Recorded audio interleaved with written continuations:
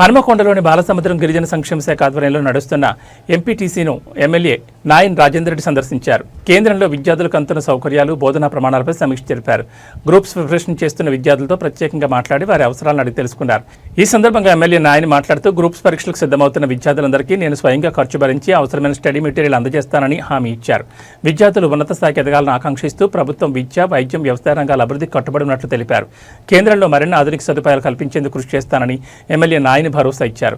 అవసరమైతే ప్రభుత్వ స్థాయిలో పిటిషన్లు పెట్టి సౌకర్యాలు పొందేందుకు చర్యలు తీసుకుంటారని తెలిపారు. ఉమ్మడి జిల్లా నుంచి ప్రత్యేకంగా విద్యను అభ్యసించడానికి వచ్చిన విద్యార్థులకు భరోసా ఇచ్చారు. దీనికి ముందు ఎమ్మెల్యే నాయన్ రాజేందర్ రెడ్డి శరన్నవరాత్రి ఉత్సవాల్లో భాగంగా భద్రకాళి అమ్మవారిని దర్శించుకుని ప్రత్యేక పూజలు నిర్వహించారు. అనంతరం శరన్నవరాత్రి ఉత్సవాల ఏర్పాట్లను ఎమ్మెల్యే పరిశీలించారు. ఈ కార్యక్రమంలో జిల్లా గిరిజన సంక్షేమ శాఖ అధికారిని ప్రేమకళ, ప్రిన్సిపల్ శ్రీరాములు, అధ్యాపకులు, సిబ్బంది పాల్గొన్నారు.